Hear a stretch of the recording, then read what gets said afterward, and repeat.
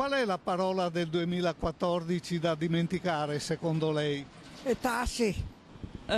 Crisi. A poche ore dall'inizio del 2015 tutti siamo impegnati a dimenticare qualcosa. La crisi, la disoccupazione salita in Veneto quasi al 9%, addirittura al 23% se parliamo di giovani. E poi la stangata fiscale che arriverà a gennaio secondo la CGIA di Mestre. In questo clima difficile, nelle piazze della regione si aspetta la mezzanotte alla ricerca di un pizzico di serenità.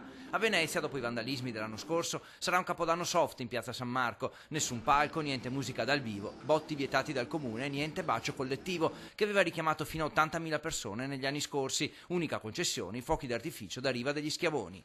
Sarebbe stato meglio se ci fosse stato un po' più di movimento, visto che siamo venuti qua apposta.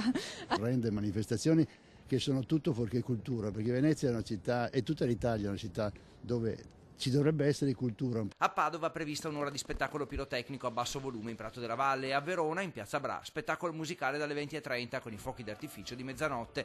Dalle città al mare, dove Jesolo vuole prolungare la stagione estiva anche per tutto l'inverno. In Piazza Mazzini, capodanno in musica con il Festival Show, la kermesse organizzata da Radio Birichina e da Radio Bella e Monella, presentata da Laura Bariales. Nella Marca, spettacolo in Piazza ad Asolo, dove una sfilata rievocativa con i costumi della Regina Corner e un coro gospel precederanno il concerto di Red Canzian, la stella trevigiana dei Pooh, che a mezzanotte inizierà il suo concerto. Capodanno in Piazza ad Asolo, concerto gratuito per tutti.